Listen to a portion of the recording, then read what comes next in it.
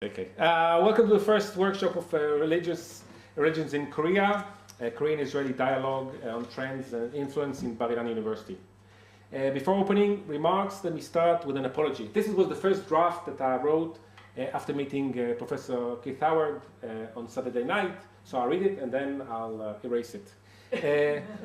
We spoke to the weatherman last week, and he promised us that although we are in the middle of the winter, it will be sunny during the workshop. Sunday was lovely. I hope at least you will enjoy the hotel by the sea, because winter in Israel is not like winter in Korea, and it's not winter. I'm sure you enjoyed the weather. You won't be able to enjoy the sea at the beach because you have to be here talking about Korea. This is one of the disadvantages of being in the academy. You can enjoy the party.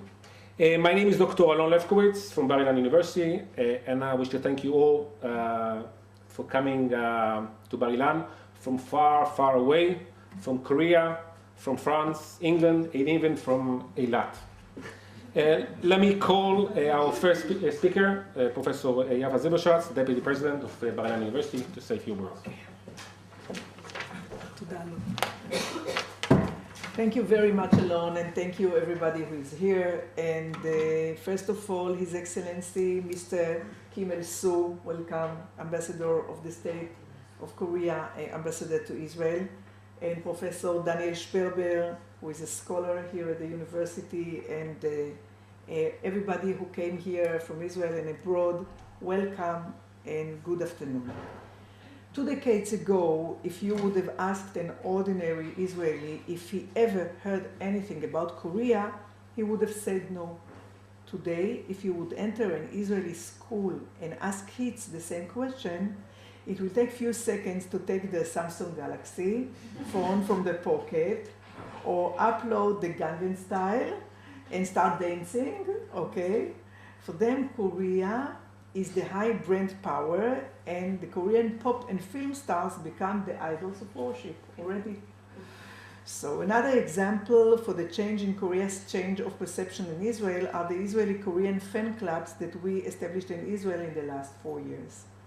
We can see the same change occurs also in universities. In the past, students preferred to study about China and Japan, and the number of students who studied about Korea was very, very limited. This has changed recently. The number of students who study about Korea in the universities and at cultural centers is quite rising each year. Even the older generation started to perceive Korea as a high-quality brand, and they buy Korean cars, electronics, and even watch Korean soap operas. They are starting to know the Korean wave and the Korean global power. Last year, we celebrated the first 50 years of diplomatic relations between Israel and Korea. The Israeli-Korean relations started years before 1962, the year that the diplomatic normalization has occurred. In 1950, Israel was asked by the United Nations to participate in the Korean War. But due to political obstacles, Israel decided not to send its military forces, but sent food and medical assistance to South Korea. While Israel didn't participate in the war, Jewish American soldiers fought side by side South Korean soldiers to save the Republic of Korea. Some of them received honorary medals from the Korean government a few years ago at the Korean embassy in Israel. Israeli diplomats in the United Nations tried to assist both sides to reach a ceasefire in the first part of the war, but were blocked by the Soviets. In the beginning of the 19th, South Korea opened an embassy in Israel, and Israel reopened its embassy in Korea. This symbolized the improvement of the Korean-Israeli relations.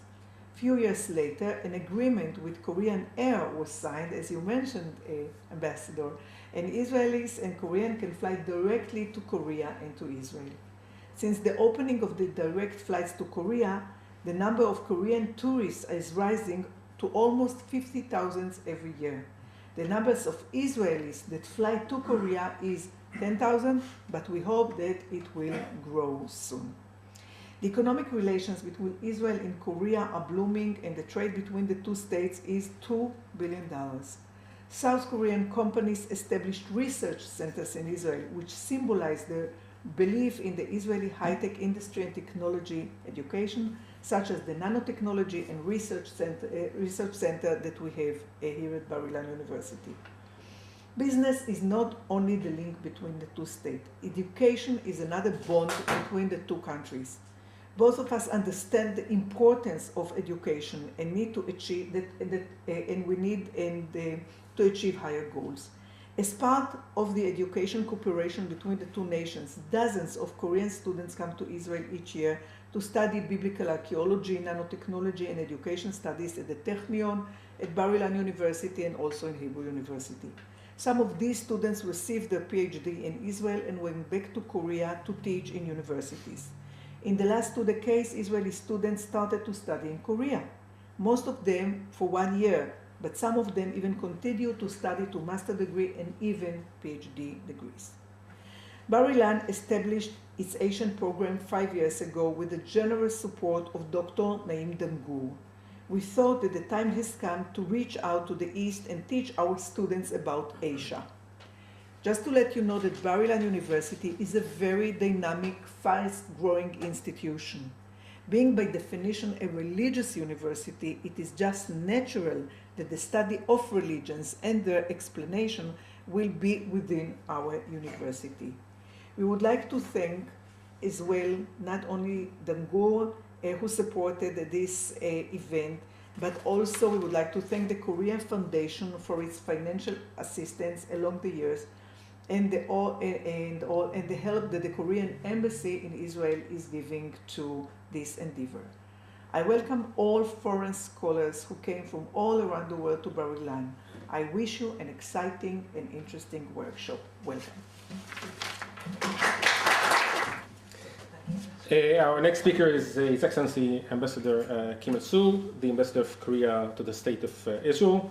Ambassador Kim, you're lucky that this is not a workshop on Korean pop culture, where speakers have to sing a song. We might have another band, so you have to sing, and you have to dance. We have a scholar that can teach us about singing and dancing. I would like to thank the Ambassador Kim assistance to the workshop and to the Korean studies in Israel. Just warning you that in May we have a workshop, a conference at the Hebrew University, yes. And Ira is organizing it, and it's Hallyu, and you have to start practicing singing until then. So, first of all, good afternoon, and thank you very much for inviting me to this very meaningful eve of the workshop, and on a very interesting topic, religion in Korea. And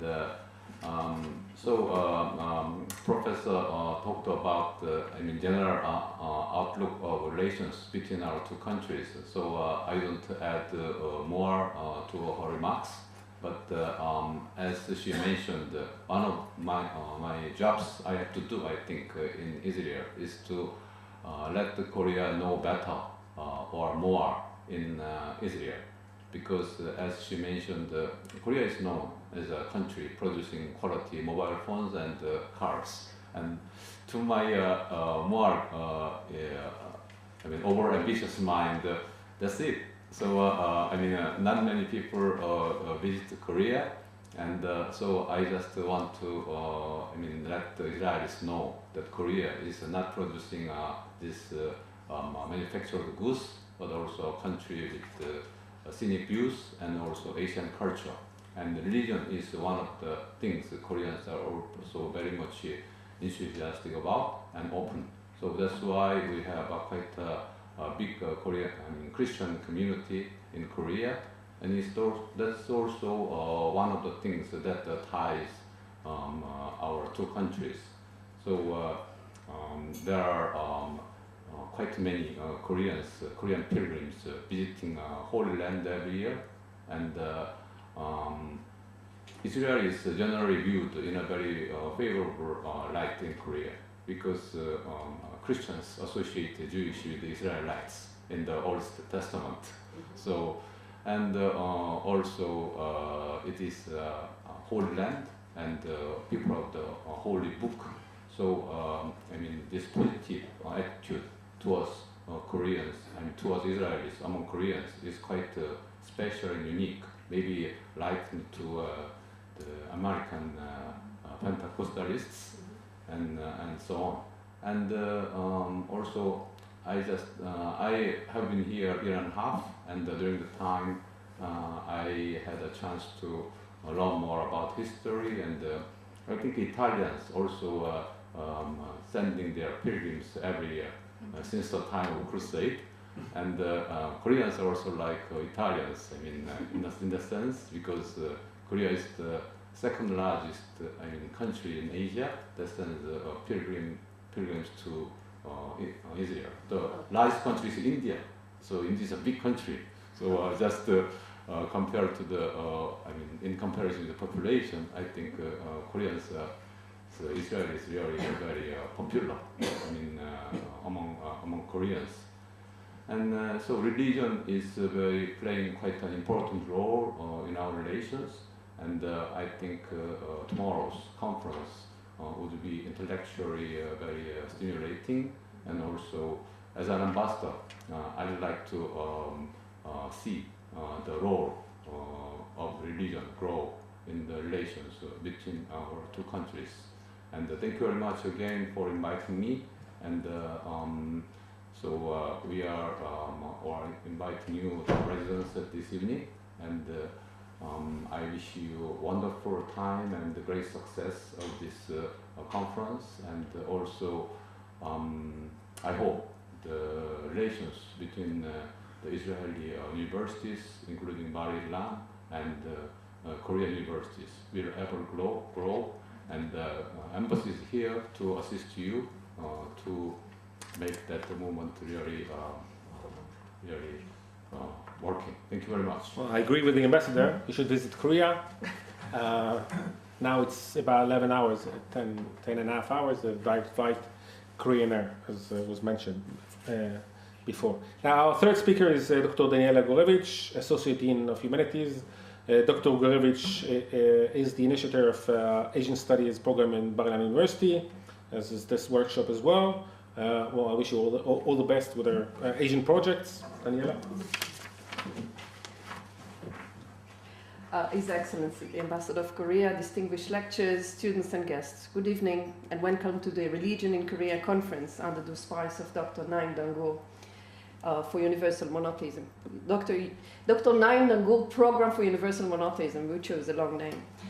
It is a true privilege to serve as the director of this auspice program. It is my 6th year. The program's main mission is to cultivate understanding through truth, ethics, and cross-cultural actions in the broad common ground shared by monotheist religions, as well as their comparative aspects. The Asian Studies track in the Humanities hosted over the past years, this is the 5th year, we'll start off 6, across culture religion conferences, workshops, doctorate and postdoctorate students, lecturers and distinguished religion specialists from Asia and some from the US as well. It is our great pleasure and honor to host this important workshop following Bar-Ilan spirit.